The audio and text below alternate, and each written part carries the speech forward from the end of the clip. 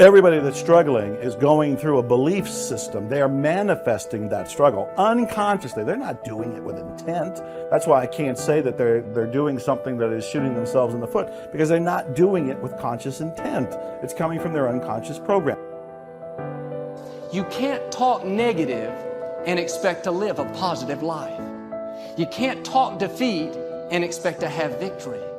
You can't talk lack, not enough, can't afford it, never get ahead, and expect to have abundance. If you have a poor mouth, you're going to have a poor life. If you don't like what you're seeing, start sowing some different seeds. You have to really face the ruthless reality, the ruthless truth, that what you're getting in your life is a direct result of your beliefs.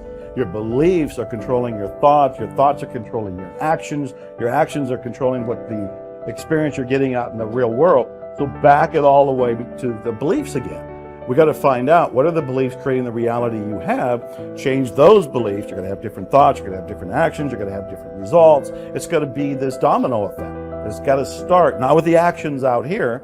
It is one way to begin it, but I find it easier, more efficient and effective to come all the way back. Start there. Power begins from within. If you're aware of who you are, if you're aware of what you're good at, what you're not good at, if you're able to see how emotions kind of govern your life, if you can learn what your weaknesses are and how to control them, you can't ever get complete control, but awareness is almost enough. Slowly through this process of knowing who you are and understanding other people and how they operate so you don't make stupid mistakes in life, you can increase that little tiny margin more and more and more, and you will be a person of power.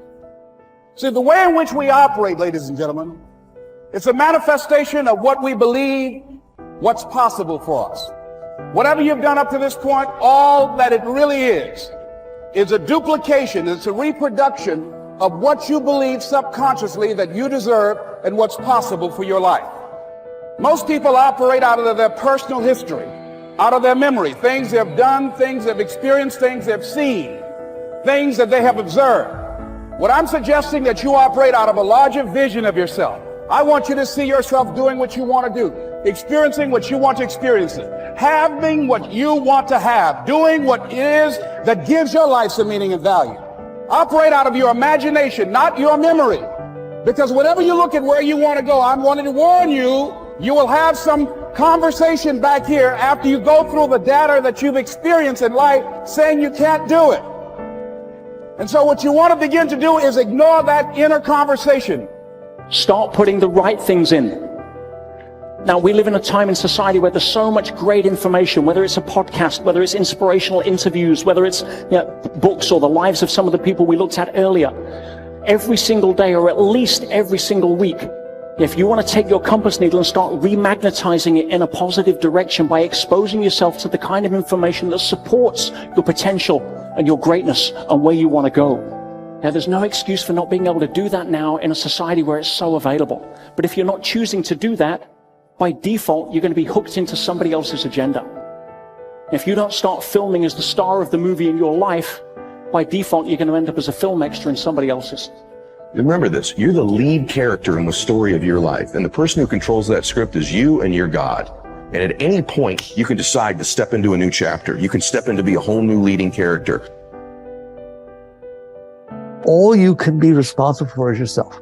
Your starting position is, right, you have to evolve with the different situations that are presented to you. And my experience is, if you do that, the rest will happen. The people around you will be raised naturally. Understand that? Like if you bring anger into a situation, imagine a household where everyone's always fighting. If all of a sudden somebody's not, and somebody's bringing understanding and love, that's all they have to do. It will change things, right? But you can't sit there and say, I won't change it until everybody else does. You know, I'm going to protect myself. That doesn't work. That's the chicken and the egg. Change. Right. So that you're asking, I'm just not surprised. I said, such big things, all right? It's like, can it be better? Of course it can be better, but it requires that everybody work on themselves. When you saw this depressed thoughts coming in, or these self-sabotage thoughts coming in, what did you shift it with affirmations, with different thoughts? What did you start to say? It was just the awareness, that, as I said, the very first stop light where I started all of a sudden listen while I'm waiting for the light. It was like the first time I tuned in and go, what the hell are you thinking?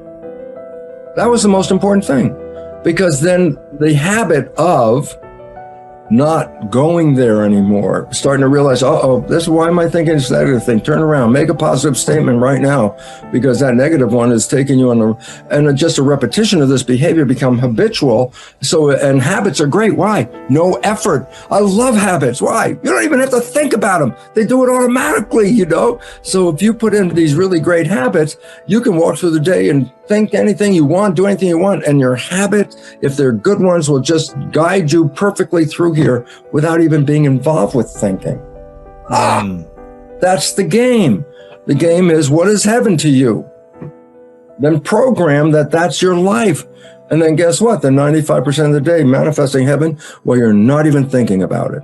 And the way that you countermand the fear of failure, whenever you think of something that is fearful, you say the words which override these words. The words are, I can do it. I can do it. I can do it. I can do it. Tell your kids you can do it. Tell your spouse you can do it. Tell your friends you can do it. Tell people who are looking at a new challenge you can do it. Start a business you can do it. Call on a big customer you can do it. Just tell people you can do it, because every single time you reinforce somebody else, you reinforce your own courage. What is the word encourage? It is to instill courage into. When you encourage other people, you actually encourage yourself. And remember, fear is the big enemy. Our job is to get rid of this fear of failure. This fear of failure that holds us back and paralyzes us. Imagine if you weren't afraid of anything in the whole world, what a difference it would make. Imagine if you were guaranteed a success in anything. If somebody waved a magic wand and said, whatever you do from now on, you'll be successful. And you went out here and you could do anything, call on anybody, go anywhere, start anything, try anything, and you'd be successful. We don't realize how much of a role fear plays in our life until we think what we would do if we didn't have any. The brain is made up of two types of cells, neurons and glia, and it's pretty much complete at the 8th month of pregnancy, with twice as many neurons as the adult version. As we age, neurons that aren't used don't fit the required job, or are simply too weak, will be pruned away in a process known as neural Darwinism. Therefore, the assumption is that as we age, our capacity to learn and retain information diminishes. But it's not true. If you don't use your brain, then of course you will lose it, but that has nothing to do with age. In truth, the brain is much more pliable than we first thought. It is able to change as our environment and experiences change. We can learn, and more importantly, unlearn. Whenever you carry out certain behavior or think a thought, a neural pathway is created. If that behavior or thought is repeated often enough, the pathway becomes more fixed and turns into a neural superhighway. When those superhighways are positive, it's great. If not, they can be very destructive, but they can be dismantled. Your brain has amazing plasticity. Did you know, for example, that the brain can retrain idle networks to carry out new tasks? People who have suffered brain damage have been able to retrain other parts of their brain to do what the damaged part used to do.